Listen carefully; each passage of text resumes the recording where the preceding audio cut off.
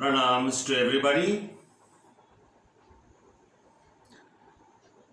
Today we are going to start a series of videos on pranayama, the fourth anga of Ashtanga Yoga. Before we begin the practice, the basics. Pranayama, as I told you earlier, the fourth anga of Ashtanga Yoga. 2,500, 3,000 or more years ago, there was this great Rishi, Maharshi Patanjali. Many of you must have heard about him, read his works and so on and so forth. So, Maharshi Patanjali, in his great, amazing work, Yoga Sutras, he talks about Ashtanga Yoga. Ashta plus Anga Yoga. Ashta, 8. Anga, limbs or components. So, 8 components of yoga. They are not stages, but components. Yama, Niyama, Asana, Pranayama, Pratyahara, Dharana, Dhyana, Samadhi. These are the 8 components of yoga. So the fourth anga is pranayama. Before we come to pranayama, what it is all about, what are the various pranayamas, we will have to understand the basics, the fundamental aspect of pranayama before we actually begin the practice of pranayama. There are these two primary necessities, fundamentals, before we begin pranayama. Two things. One, asanam, posture, right? And there is something called right breathing. We have to understand these two basic components, basic fundamental aspects of pranayama before we begin the practice. Now, the great Maharshi Patanjali, in his Ashtanga Yoga, mentions asanam, the third anga of yoga. Now, asanam, according to the Yoga Sutras and according to Maharshi Patanjali, is very simple, direct. He does not beat around the bush. He does not talk about the various Hatha Yogic practices like the asana practices like Sarvangasana, Halasana, Dhanurasana, Ardhamatyendrasana, Sirshasana. No, none of those. None of those. Those are all later additions, which came later. Patanjali, what does he mean by asanam? Now look at this, simple definition of asanam. Stiram Sukham Asanam. Look at the sutras, right? 3 words, just 3 words. Stiram Sukham Asanam. That seated posture which is stable, at the same time comfortable, is an asanam. Now, if a posture is stable and not comfortable as yet, it may not be called asanam. So, for Patanjali, according to the Yoga Sutras, asanam is this: a seated, stable and comfortable position. For what? For doing pranayama, breathing exercises, concentration practices, meditative practices and so on. Of course, to even establish the basic posture, asanam, your body needs to be healthy, flexible, it needs to go through a series of preparations. Otherwise, it's very difficult for us to maintain a posture. So, before we begin pranayama, posture and right breathing.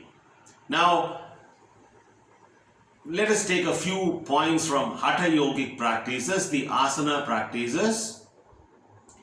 In the Hatha Yoga tradition, there are about 4 or 5 approximately postures, asanas meant for pranayama, concentration practices and meditative practices. So they are called meditative postures. For example, Sukhasana, Ardha Padmasana, Padmasana, Siddhasana, Vajrasana, Swastikhasana, goes on, right? So, as far as we are concerned for today's practice, the beginnings of pranayama, we are going to look into 3 or 4 meditative postures.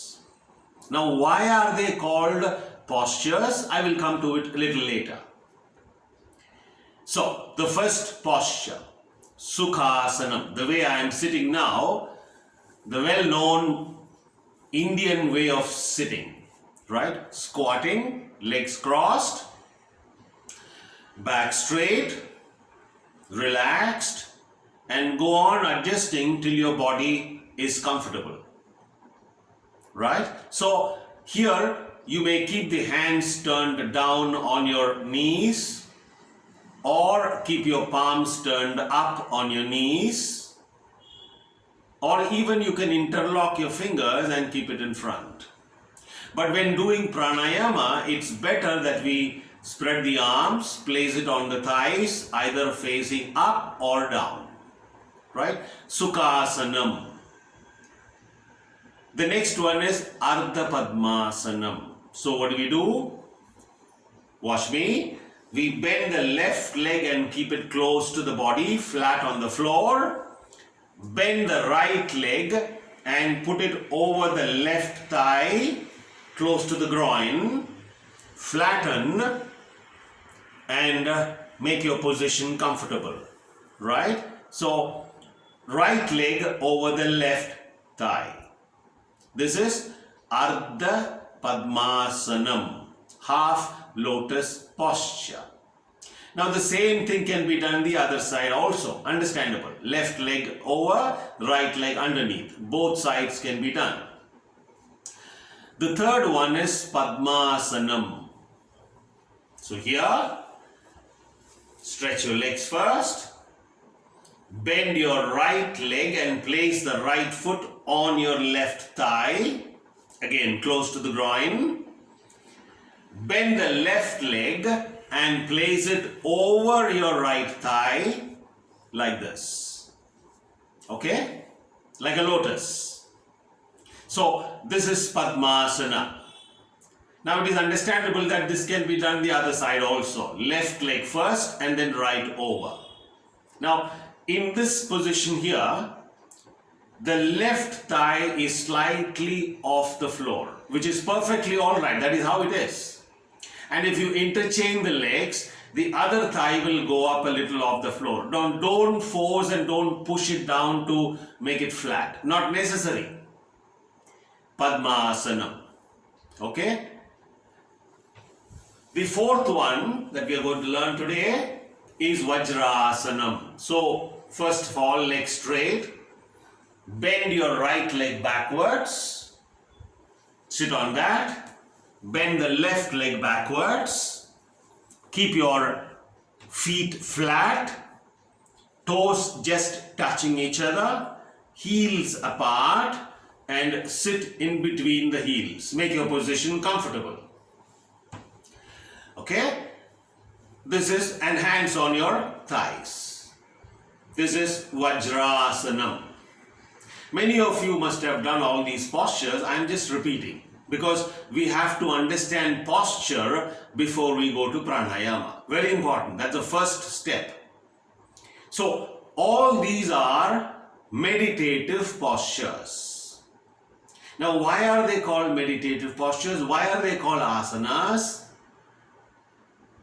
Now look at the position, right? In all these postures, the back is erect, straight, in its natural position, not too much bent forward or not too much bent backwards, right? Comfortably erect.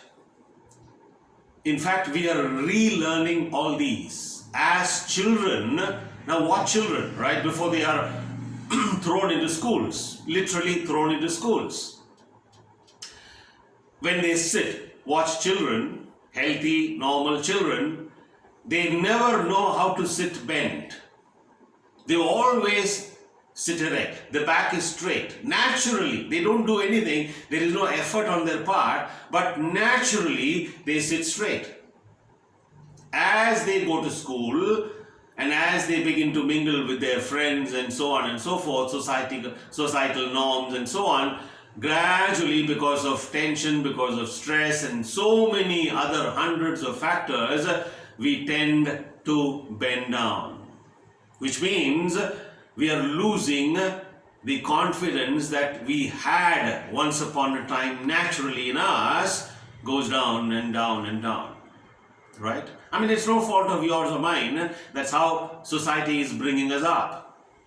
Until unless you have lovely parents and teachers who could possibly teach you the right way, guide you the right way.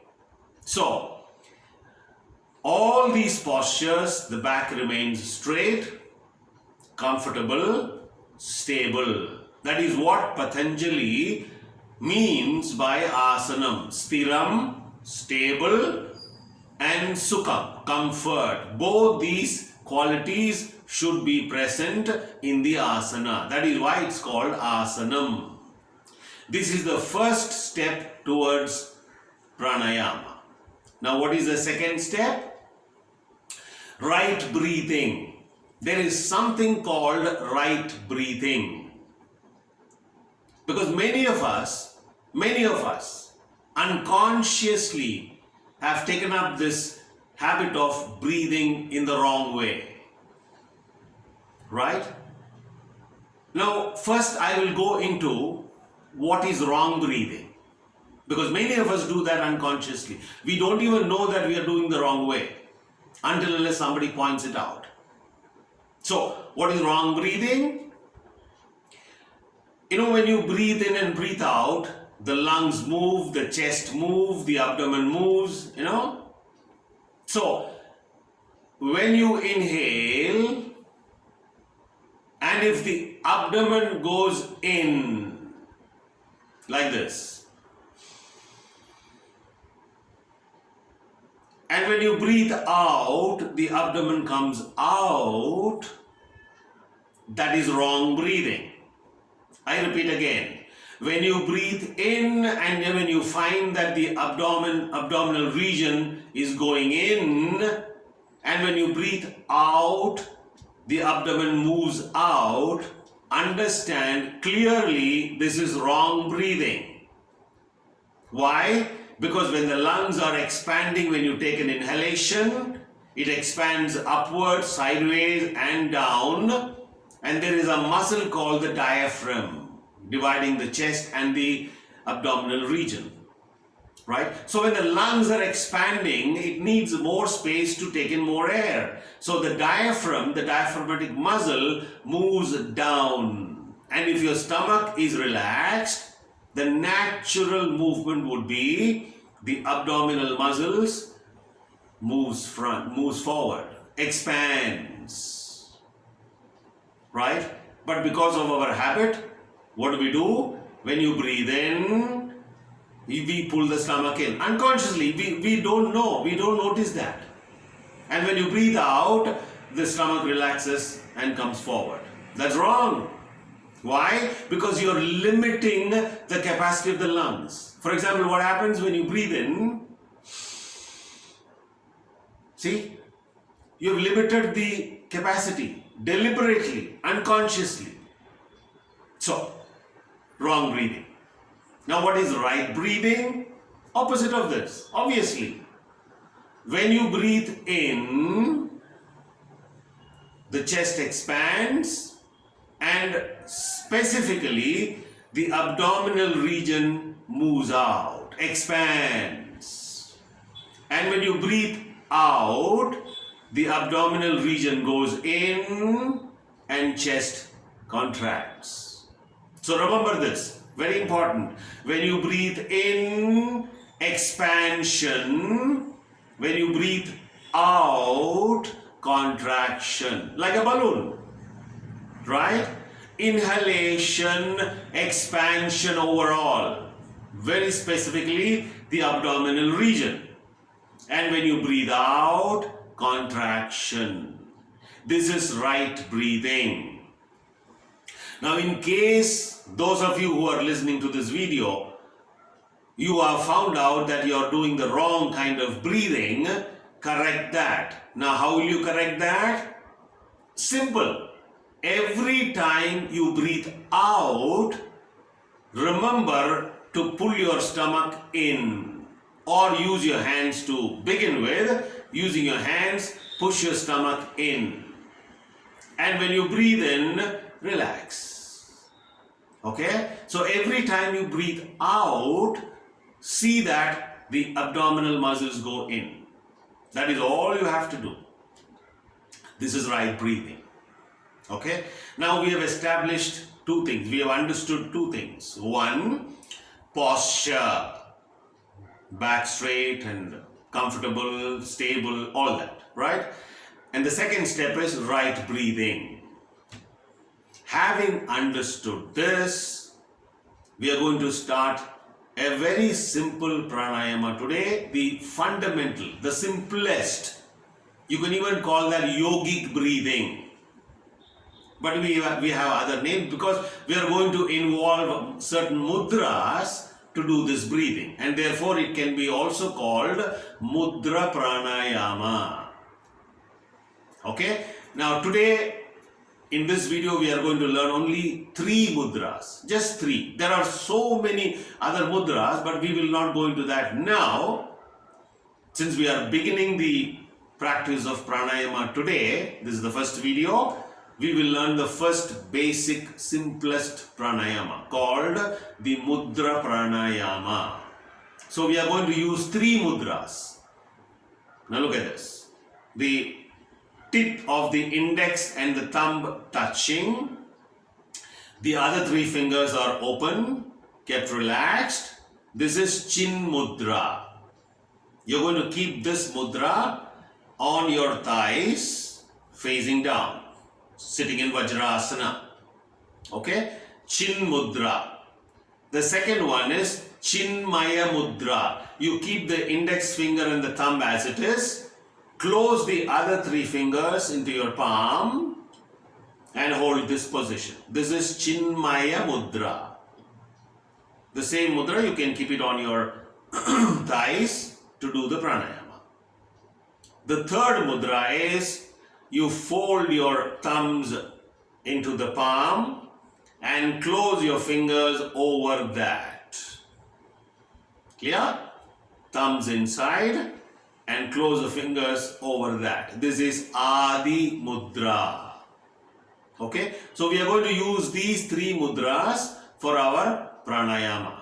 Now what is this pranayama, Mudra Pranayama? Very simple.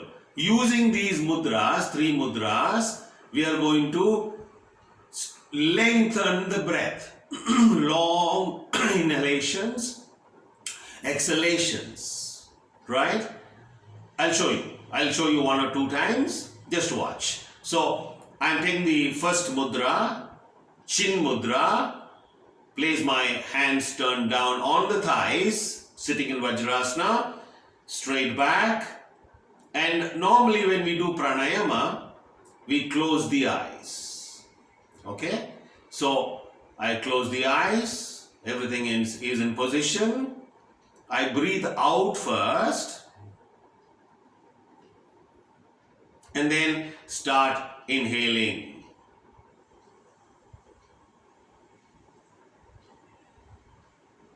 and exhaling.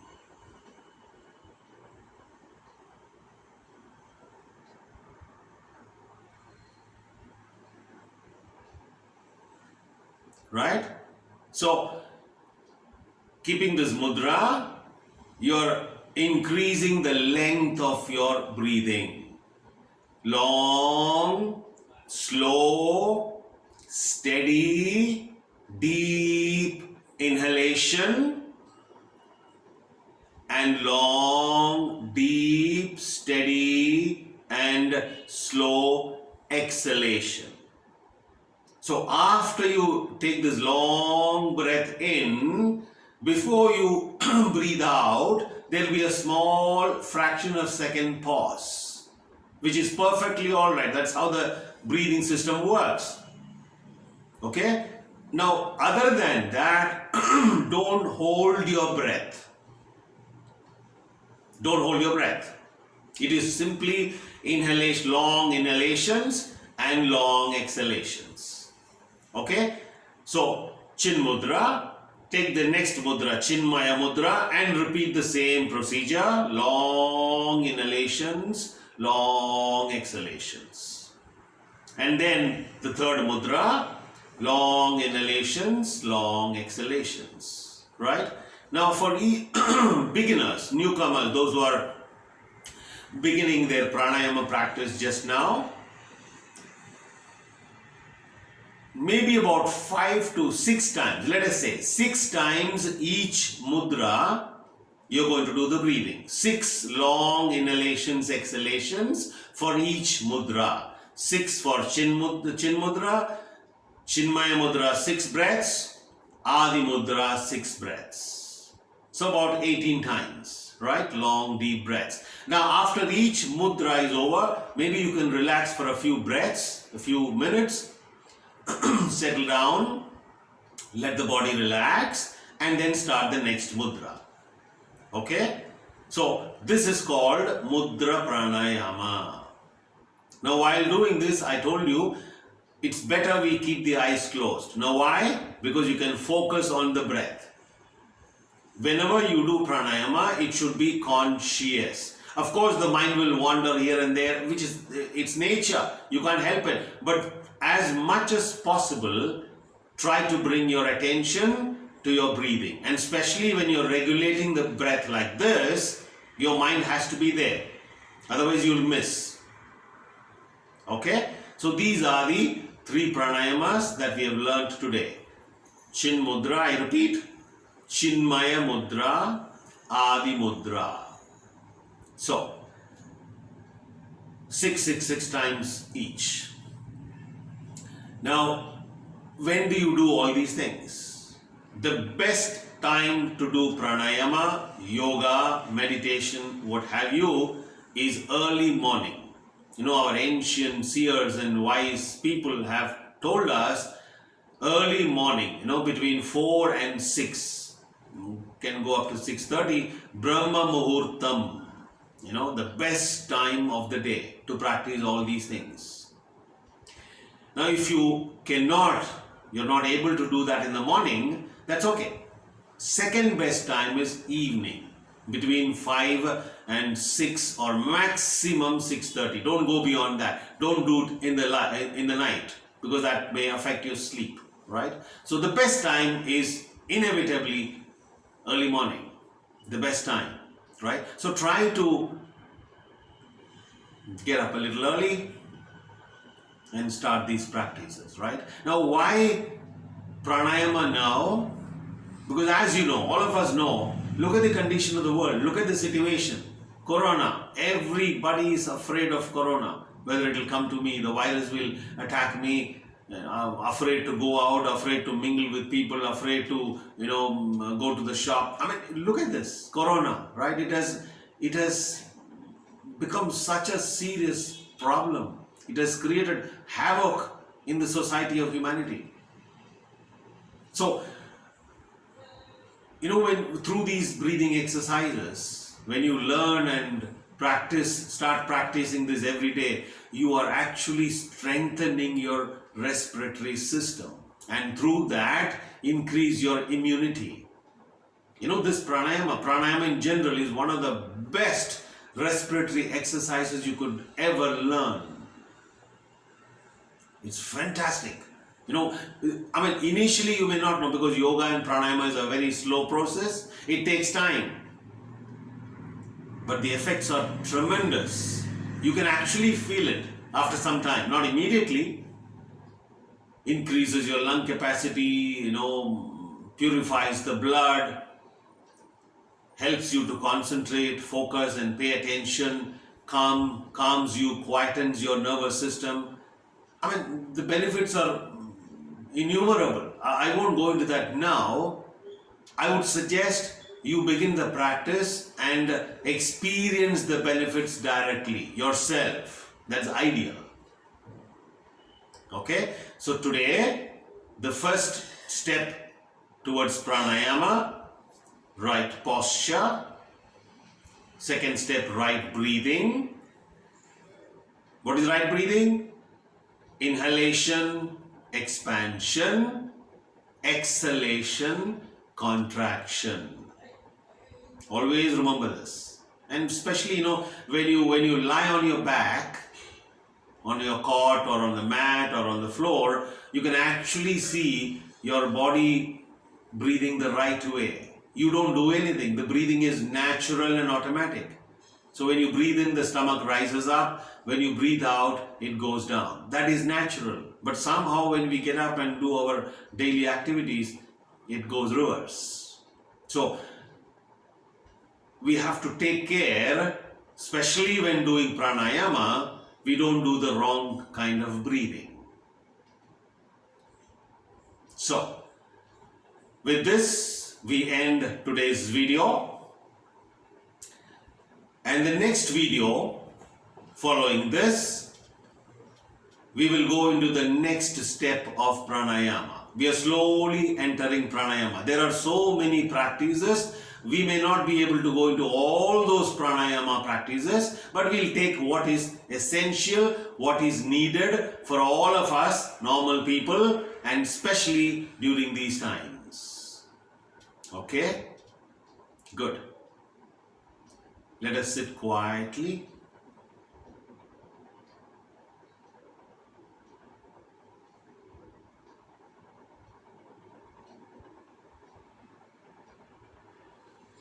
Pranams to all of you. Thank you.